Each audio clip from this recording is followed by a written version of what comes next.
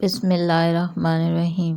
اللہ اکبر کبیرہ والحمد للہ کثیرہ وسبحان اللہ بکرۃ واصیلا۔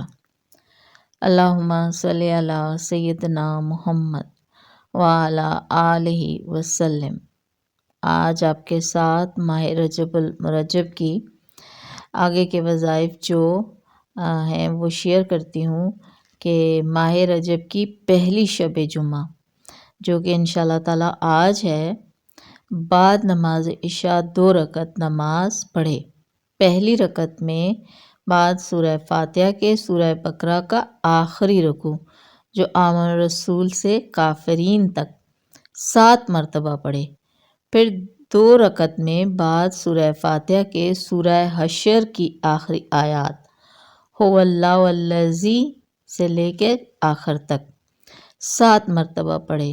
بعد سلام کے بارگاہ الہی میں جو بھی حاجت و طلب کرے انشاءاللہ تعالیٰ جو دعا مانگے قبول ہوگی۔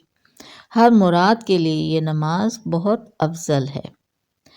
اب چلتے ہیں کہ اگلا جو ہے ماہ رجب کے پہلے جمعے کو یعنی کہ جو کل کا دن ہے، ظہر اور عصر کے درمیان 4 رکعت نماز ایک سلام سے پڑھیں اور ہر رکعت میں بعد سورہ فاتحہ کے آیت الکرسی 7 مرتبہ، سورہ اخلاص 5 مرتبہ، سلام کے بعد 25 مرتبہ یہ دعا پڑھیں، لا حول ولا قوت الا باللہ الکبیر المتعال۔